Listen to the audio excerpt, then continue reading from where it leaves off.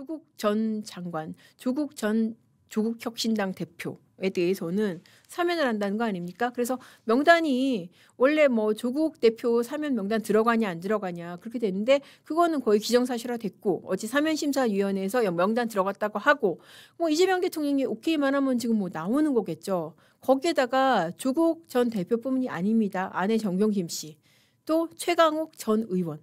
야, 이쯤 되면은 이거 너무하지 않아요? 사실 조국 전 대표 같은 경우에는 이것도 거의 어떻게 보면은 뭐 잉크도 마르기 전이라고 할 수 있는 상황인데 작년 12월에 확정된 거예요. 그래서 그때 구속 수감됐잖아요. 왜냐하면 그 전에 구속이 하나도 안 됐기 때문에 그러면 반이라도 살고 나왔어야 되는 거 아니냐. 지금 반 택도 없습니다. 전체 형계 32%만 채운 사안이고요. 뿐만 아닙니다. 아내 정경심 씨. 정경심 씨 이미 나왔어요. 가석방으로 나왔어요. 그리고 최강욱 전 의원. 이 사람은 사실 구속된 상태도 아니죠. 허위 인턴 증명서. 조국 전 장관 아들한테 허위 인턴 증명서 써준 것으로 의원직 상실. 그것도 거의 다 임기 다 채우고 의원직 상실이 됐죠. 그런데 이 사람도 지금 사면 복권 대상이 포함이 돼 있다는 거 아닙니까? 이쯤 되면은 조국 일가 사건을 거의 다 없애버리겠다. 내가 너의 죄를 사하노라. 지금 이렇게 가는 거예요. 야, 그러면은 저는 사실 자라나는 아이들한테 이걸 우리가 뭐라고 가르쳐야 되나. 이 사람들 정치범도 아니잖아요. 혐의가 뭐예요? 아들, 딸 입시비리잖아요. 이거 자범의 혐의거든요. 물론 조국 전 대표 같은 경우에 이거 외에 직권남용도 있습니다. 직권남용이 뭐냐면은 유재수 씨 수사 감찰 막은 거. 뭐 그래봤자 어쨌든 뭐 메인 부분은 이 가족의 혐의가 입시비리니까 자범의 혐의란 말이에요.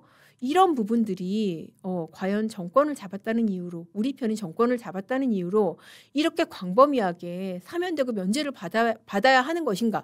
특히나 조국 전 대표 같은 경우에는 아니 이재명 대통령이 대선 때 사과까지 했잖아요. 이거 국민 눈높이 안 맞는다.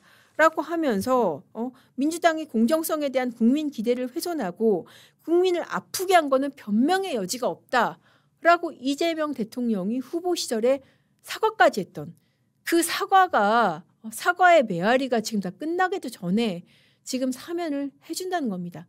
이쯤 되면은 정말 아이들한테 우리가 줄 수 있는 교훈이 뭘까요? 자, 꼬우면 이기든가. 이거밖에 안 되지 않습니까? 꼬우면 이기든가.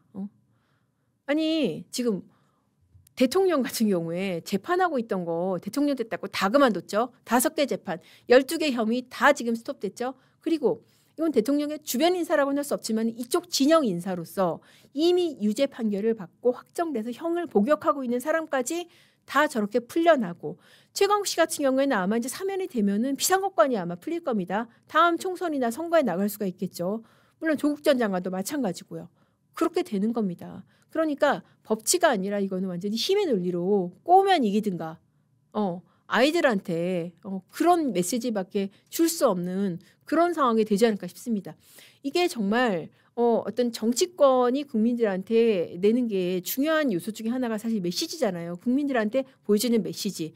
이 정권은 이런 정권입니다라고 각인될 수 있는 그런 메시지 중에 하나가 이렇게 정말 악성 메시지가 나가는 것도 굉장히 나쁜 거고 사실 이게 제가 취재를 한 거로는 여권 내부에서도 굉장히 반발이 많았었습니다. 여권이라는 게 특히 친명계에서도 상당히 반발이 있고 고려를 처음에는 좀 안 했던 것으로 저는 그렇게 알고 있어요. 왜냐하면은 조국 전 장관, 조국 혁신당을 만들었죠. 자기 이름으로 된 정당까지 만들었습니다. 그 주축이 누구겠어요? 뭐 조국 본인도 있지만은 주로 친문 세력이잖아요. 그 40대, 50대 친문 세력들.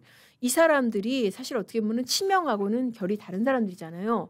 조국을 풀어준다는 건 어떻게 보면은 민주당의 친명이 아닌 이재명을 중심으로 뭉친 이 세력이 아닌 또 다른 세력의 세력화를 할 수 있는 그런 단초가 되잖아요. 그렇기 때문에 이거는 안 된다, 위험하다 그런 견해가 상당히 많았다고 합니다. 그래서 제가 취재하기로는 이재명 대통령의 핵심 그릇 중에 하나가 어딘지 아세요? 바로 연수원 18기.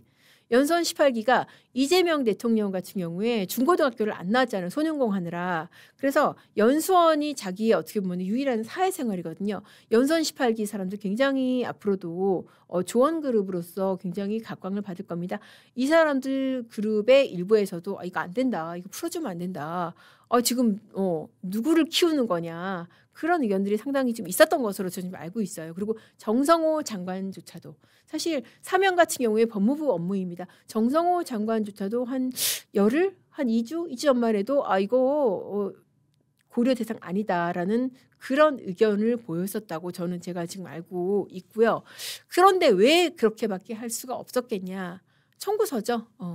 대선 때 조국혁신당에서 후보 안 냈잖아요. 만약에 후보 냈으면은 물론 이제 이게 계엄 이후에 탄핵 이후에 치러지는 선거긴 하지만은 또 어떻게 될지 모른다. 그렇기 때문에 이 강력한 청구서에 결국 무릎을 꿇을 수밖에 없었다. 그런 생각이 드는데 결국 이것도 반작용일 겁니다. 두 가지 측면에서. 첫째, 일단 도의적인 측면에서 국민에게 내는 메시지가 너무나 악성이다.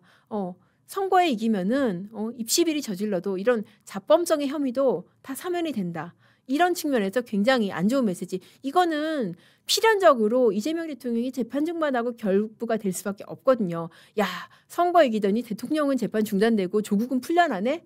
이렇게 될 수밖에 없는 겁니다.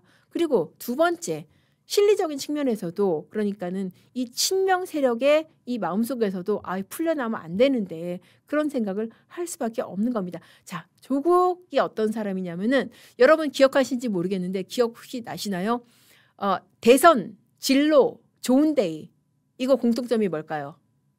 소주 이름인데 이 대선, 진로, 좋은데이 이거를 갖다가 같이 그 소주병 3개를 놓고 사진 찍어서 SNS에 올렸던 사람이에요. 그 뜻이 뭐겠어요? 자기 대선에 꿈이 있다는 거잖아요. 그렇게 어떻게 보면은 권력 의지가 강했고 당시에 법무부 장관 나갔을 때도 당신 이거 여러 가지로 조심스러운데 이거 털릴 거 많을 텐데 말렸지만은 사실 법무부 장관 나가서 지금 어떻게 보면은 이 수감까지 된 그런 사람인데 풀려나면은 과연 그 이상의 꿈을 안 꾼다고 볼 수가 없겠죠. 이거는 거의 예정된 진로라고 보이고 조국 전 대표뿐만이 아닙니다. 김경수 전 경남지사 같은 경우에도 이렇게 되면 움직일 수 있다. 그런 얘기가 많이 있어요. 제가 이제 재밌는 얘기를 들었는데 김경수 전 경남지사 이게 드루킹 그 사건으로 수감이 되고 이제 결국 사면됐잖아요. 김경수 전 경남지사에 대해서 이제 바둑이라고 그 드루킹 그 김동원 씨가 이제 바둑이 오늘 왔냐 바둑이한테 메시지 보냈냐 그런 게 있는데 바둑이라는 별칭이 보면 어떻게 보면 사람이 좀 굉장히 순해 보인다는 거잖아요.